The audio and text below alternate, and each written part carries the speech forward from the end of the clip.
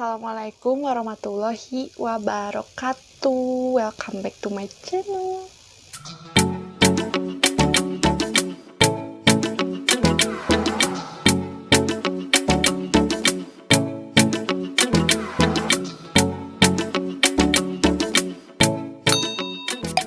Subscribe. Di video kali ini aku akan kasih tips untuk kalian. Bukan tips sih sebenarnya, pengalaman aku akan jelasin do and don't untuk kulit sensitif, oily, dan acne prone skin seperti aku. Jadi apa aja yang harus kita lakukan dan jangan kita lakukan untuk wajah kita yang oily, berjerawat, dan sensitif. Semua tips yang akan aku kasih ini berdasarkan pengalaman pribadi aku. Jadi aku udah uji coba, sudah terjadi di kehidupan sehari-hari aku, udah aku alamin. Jadi dulu tuh jerawat aku tidak membaik dan ada saatnya jerawat aku makin parah karena kebiasaan-kebiasaan itu yang tidak pernah dihilangkan. Jadi dulu tuh emang aku seenaknya dengan muka aku gitu, semaunya gitu. Ada jerawat dipencet, terus gak pernah cuci muka. Kalau udah make up, cuci muka aja gak pernah, apalagi double cleansing. Terus kalau abis dari luar atau abis kegiatan gak pernah cuci muka, jadi mau tidur gak cuci muka. Kebiasaan-kebiasaan buruk seperti itu jangan ditiru, guys. Jadi langsung aja kita ke tipsnya. Jadi yang pertama yaitu jangan sering-sering pegang muka dengan tangan yang tidak yakin itu bersih, guys. Kalau misalnya kita habis beraktivitas gitu ya sehari-hari, atau apalagi lagi di luar, jangan sering pegangin muka kayak gitu. Jangan, gini kan kita kadang gak sadar ya kebiasaan kayak gitu, kayak tet gitu. Terus kadang kalau ada yang jerawat kecil atau enggak itu tuh beruntusan, kita suka pegang terus ada jerawat, terus di mainin kayak gitu, di gitu otomatis sih itu jerawatnya akan meradang. Kita sadari tangan kita tuh banyak kuman, terus kita pegang muka, jadi jerawatnya mukanya ikut kena kuman. Jadi jangan ya sering-sering pegang muka pakai tangan yang tidak bersih, kecuali kalian udah cuci tangan atau udah cuci muka, jadi udah pakai facial wash gitu kan, langsung skincarean, itu tuh bersih gitu tangannya. Pastiin sebelum pegang muka tangan kalian itu udah bersih, jangan dengan tangan yang kotor. Tips yang kedua, sebaiknya jangan lap muka dengan handuk badan. Mungkin untuk orang-orang yang kulitnya tidak sensitif, tidak berjerawat, terus baik-baik aja gitu ya, normal, mungkin mereka bisa gitu ya pakai yang handuk badan disatuin sama handuk muka gitu, mungkin bisa aja dan tidak terjadi apa-apa. Tapi yang aku rasain untuk kulit oily, berjerawat, dan sensitif ini, mengelap muka pakai handuk badan itu sangat tidak dianjurkan, guys. Sesuai yang aku rasain, waktu aku lap mukanya disatuin sama handuk badan, kayak aku tuh gak tahu kenapa muncul jerawat terus. Padahal itu tuh salah satu faktor yang bisa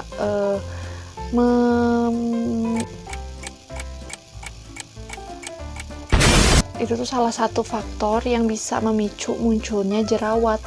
Kita kan gak tahu apa-apa aja yang terdapat di handuk badan kita. Bisa jadi kan ada debu-debu atau kotoran-kotoran yang dari badan kita atau dari mana gitu, terus nempel di muka kita. Sebaiknya kita lap mukanya pakai lap khusus wajah, dan kita juga harus rutin cuci handuk itu, guys. Jadi nggak bisa satu handuk kita pakai sebulan full gitu untuk handuk muka, enggak. Jadi harus sering-sering cuci juga. Atau opsi lainnya yaitu memakai tisu. Kalau aku sendiri pribadi sih pakai tisu yang kecil, yang kotak gitu. Kenapa aku pakai yang kecil? Kenapa nggak pakai yang biasa aja gitu, yang segede, yang persegi panjang gitu? Karena yang pertama biar hemat, yang kedua aku kayak kalau pakai yang gede itu masih ada space yang keringnya gitu, jadi sayang kan. Jadi aku pasnya pakai yang kecil. Terus yang ketiga, kita hemat sampah. Seenggaknya kalau pakai yang kecil kita bisa lebih hemat guys, lebih hemat sampah, jadi nggak terlalu banyak sampah yang kita buang gitu. Dan pakai tisu juga lebih higienis guys, jadi karena itu dari kemasan baru, jadi tidak terkontaminasi apapun, jadi otomatis bersih untuk kulit kita. Dan kalau lap muka itu jangan digeser, tapi di tap-tap aja pelan-pelan. Jangan, kalau dulu tuh aku kalau lap muka pakai handuk tuh gini, terus digini-gini. Itu juga salah satu penyebab munculnya jerawat. Itu tuh kayak mengeksfoliasi kan, jadi kayak kesannya tuh muka kita akan bersih gitu setelah digosok gitu. Oh tentunya tidak pemirsa, apalagi kalau ada jerawat yang meradang itu jangan banget digosok-gosok. Kayak misalnya kita lagi tumbuh nih jerawat di sini, yang gede-gede gitu yang lagi meradang, terus kita lap gitu, itu tuh kan bisa menambah iritasi pada jerawat tersebut, dan kalau dalamnya itu kotor dan bisa mengkontaminasi kulit-kulit sekitarnya gitu. Jadi lebih higienis pakai tisu terus di tap-tap. Yang ketiga, jangan gonta-ganti produk facial wash, facial foam atau apapun untuk cuci muka, jangan ganti-ganti guys. Kalau kalian udah cocok pakai satu produk, udah pakai itu aja sampai jerawat kita sembuh gitu.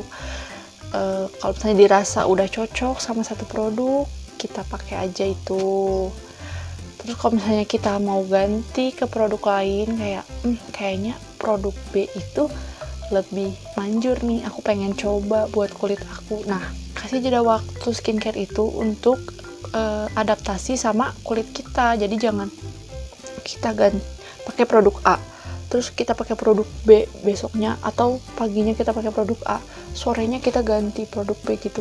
Jangan guys. Biasanya kalau aku puasa skincare dulu. Pernah waktu itu aku karena mau ganti ke facial wash B, aku puasa dulu skincare 3 hari. Karena aku gak mau produk yang B itu terkontaminasi sama produk yang A. Terus kalau mau ganti skincare, cari skincare yang sesuai dengan kulit kita gitu. Jangan kita kulitnya berjerawat, oily dan sensitif, kita cari produk yang untuk menghilangkan noda hitam atau mencerahkan atau menghilangkan kerutan gitu. Jangan kita sembuhin dulu jerawat kita guys, please. Kita beresin dulu jerawat kita sampai nggak meradang. Jangan pakai skincare yang aneh-aneh dulu, kita pakai yang sesuai dengan permasalahan di kulit kita dulu. Kalau misalnya jerawat kita udah reda, nah baru deh kita boleh coba-coba gitu. Itu pun coba-cobanya jangan yang langsung skincare yang cedak gitu. Skincare itu butuh adaptasi ke kulit kita, jadi jangan kita kasih langsung bahan yang aktif yang tinggi kadarnya gitu buat muka kita, nanti muka kita soak guys. Dan kalau nyari skincare itu lihat juga kandungan-kandungan yang terdapat di dalam skincare tersebut, kita baca dan kita searching juga manfaatnya apa buat kulit kita, dan berbahaya nggak sih gitu buat kulit yang berjerawat, apalagi yang sensitif kan gak gampang cari skincare. Ada beberapa bahan aktif, zat aktif di dalam skincare yang sebenarnya nggak baik buat jerawat kita, kayak bisa memicu jerawat, bisa memicu fungal acne. Menurut aku sih untuk kulit berjerawat sensitif gitu, sebaiknya cari skincare yang gentle, yang aman, yang gak aneh-aneh kandungannya, yang gentle lah pokoknya gitu. Jadi biar kulitnya juga tenang gitu, kulitnya nggak iritasi. Emang perjuangan banget sih itu buat cari skincare yang cocok, itu tuh nggak mudah, aku tahu karena aku sendiri juga kayak gitu. Jadi harus trial and error. Tapi sebagai ikhtiar, sebagai usaha kita searching tuh kan di Google, bisa ya searching bahan-bahan apa aja yang sebenarnya nggak boleh dan sebenarnya boleh untuk kulit berjerawat dan sensitif. Yang keempat, jangan lupa double cleansing. Apalagi kalau udah makeupan kayak gini, full makeup, terus apalagi yang tebel-tebel, yang dempul-dempul gitu, itu wajib banget double cleansing. Aku malah kadang triple cleansing. Jadi pakai micellar water guys, jadi nggak cuma facial wash, nggak cuma cuci muka apalagi pakai air doang, enggak. Jadi bersihin dulu make upnya pakai makeup remover atau pakai micellar water sampai bersih. Kita make sure muka kita itu bersih, muka kita itu tidak ada residu-residu make up yang tersisa, supaya skincare-nya yang kita pakai juga bisa berfungsi dengan baik. Soalnya kalau residu-residu make up bisa terus menyumbat pori-pori, nah itu guys yang bikin jerawat sebenarnya. Banyak guys informasi yang bisa kita dapat gitu di internet, bisa di YouTube, bisa di internet, artikel-artikel kita bisa baca-baca di sana, kita bisa nonton, banyak kok sekarang. Pengetahuan itu gampang guys dicari, jadi jangan malas untuk mencari pengetahuan, itu buat kebaikan kita sendiri juga sih. Yang kelima, jangan pencet jerawat. Sebenarnya kebiasaan ini masih suka aku lakukan guys, kadang-kadang tangan ini gatel gitu untuk meletusin, pencet-pencetin jerawat. Sebenarnya itu jangan guys, apalagi jerawat yang sedang meradang, yang merah gitu, yang gede, itu jangan disampai pak gitu. Kadang kita ngerasa satisfying kan kalau lagi ada jerawat terus dipencet keras terus meletus dar gitu kan, keluar deh yang di dalamnya. Sebenarnya itu jangan, karena kulit kita itu dipaksa guys untuk membuka pori-pori kita yang tertutup, terus kita paksa dipencet jadi dar gitu, jadi kan terbuka.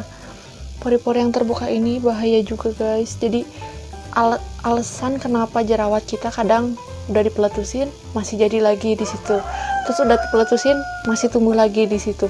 Nah itu guys, karena si pori-pori yang kebuka itu ntar kena debu terus masuk, nah itu tuh nutup lagi dan jadi jerawat lagi guys gitu. Jadi mendingan kita tunggu jerawat itu sampai mateng, sampai suka ada putihnya di atas, terus nanti tuh kering sendiri dan yang atasnya itu copot sendiri. Kadang aku kayak gitu dan hasilnya tuh emang beda, jerawat yang dipaksa pencet sama jerawat yang mateng sendiri. Kalau jerawat yang dipaksa dipencet gitu, biasanya bekasnya itu lebih hitam, lebih dalam, dan lebih susah hilang. Sedangkan kalau jerawat yang kayak matang sendiri, kering sendiri, copot sendiri itu kayak bekasnya tuh gampang gitu hilangnya. Nah itu guys perbedaannya yang aku rasain. Yang keenam, untuk wajah yang berjerawat, yang lagi meradang, yang lagi banyak beruntusan, banyak jerawat gitu, disarankan jangan pakai scrub dulu guys, scrub yang keras gitu, apalagi scrub yang untuk exfoliating guys, itu jangan dulu. Jangan pakai yang bertekstur, jangan pakai yang keras-keras untuk wajah kita yang lagi rentan, yang lagi iritasi, itu jangan, karena akan menyebabkan iritasi yang lebih parah. Scrub itu kan berarti ada teksturnya ya, ada butiran-butiran, terus digosok-gosok ke muka kita yang berjerawat, digosok-gosok gitu, jadi makin iritasi nanti guys. Jadi pakai facial foam, facial wash yang gentle, yang gak aneh-aneh, yang aku saranin pakai gel, facial wash yang gel gitu. Yang ketujuh, jangan terlalu lama memakai makeup guys. Kalau yang aku rasain, kalau kelamaan pakai makeup tuh jadi mukanya gatel gini, di sekitar sininya agak gatel gitu. Nah sekarang juga udah aku rasain guys, kayak ini tuh cuma aku pakai 4 jam, paling aku pakai makeup tuh 4-5 jam sehari, tapi kadang lebih sih. Nah kalau yang kelamaan itu aku suka ngerasa gatel di sebelah sini gitu, jadi gatel apa ya, mungkin kulitnya pengap kali ya, terlalu lama pakai makeup. Jadi aku kadang suka ngerasa nggak nyaman aja gitu. Tapi ada kok orang-orang yang bisa pakai makeup lama gitu dan nggak kenapa-napa. Itu gimana kulitnya masing-masing, karena jenis kulit itu berbeda-beda ya guys. Jadi ini kan sesuai pengalaman aku, gak bisa gitu. Apalagi kalau lagi ada jerawat meradang, biasanya setelah aku bersihin makeup tuh jerawatnya kayak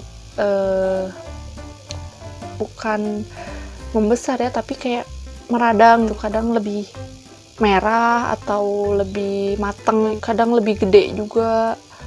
Kalau aku kayak gitu kalau kelamaan pakai makeup. Jadi disarankan jangan terlalu lama pakai makeup. Tapi kadang aku juga suka pakai kok kalau misalnya acara-acara tertentu, cuma abis itu langsung dicuci lagi gitu, double cleansing. Yang ke-8 masih berhubungan dengan skincare. Kalau misalnya breakout atau nggak cocok sama suatu skincare, segera berhenti, karena tidak semua kulit orang itu sama. Tidak semua kulit manusia itu cocok memakai skincare A, skincare B, skincare C. Jadi kalau kulit kita sudah mulai timbul-timbul gejala breakout gitu, segera berhenti menggunakan skincare tersebut. Jangan diteruskan lagi. Jangan, aku pengen kayak si itu mah 2 minggu udah kayak glowing gitu mukanya, kok si itu seminggu glowing, kok aku kayak gini. Udah, jangan lihat si itu dan si ini. Sebenarnya kita boleh coba skincare apa aja, tapi kalau udah nggak cocok sama muka kita, tolong berhenti gitu. Jangan diterusin, jangan sampai breakout parah baru berhenti gitu, kasihan ke kulit kitanya.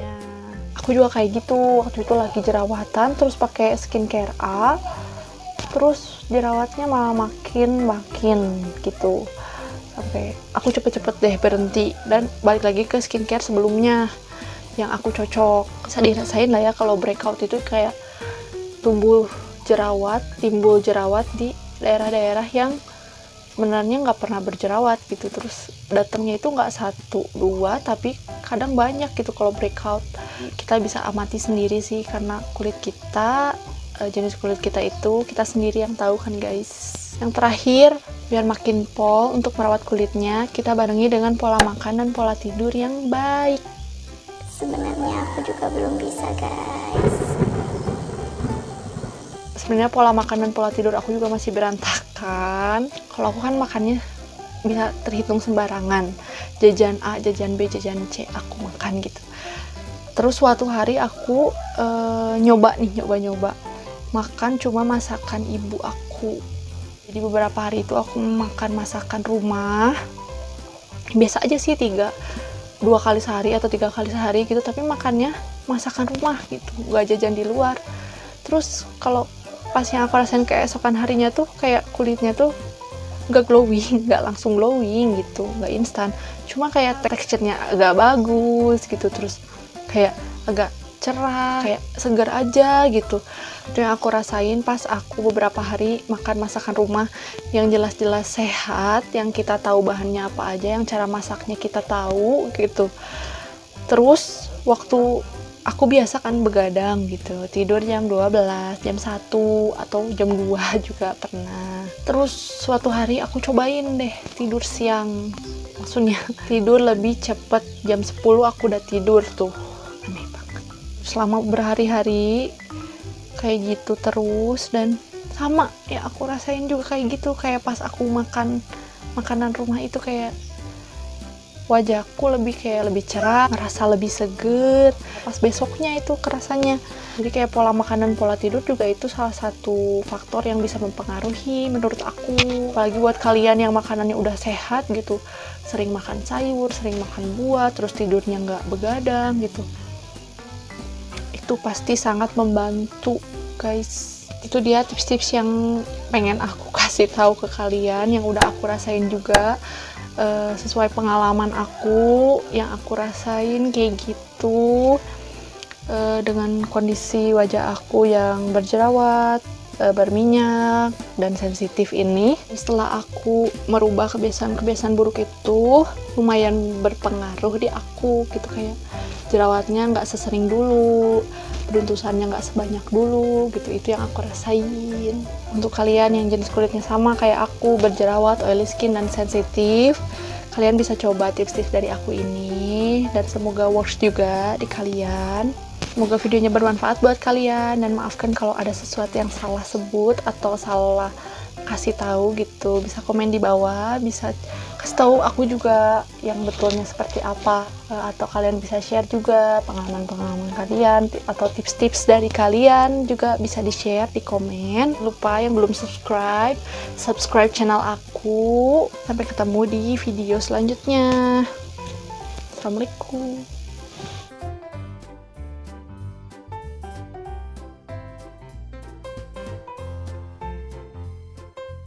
Alhamdulillah.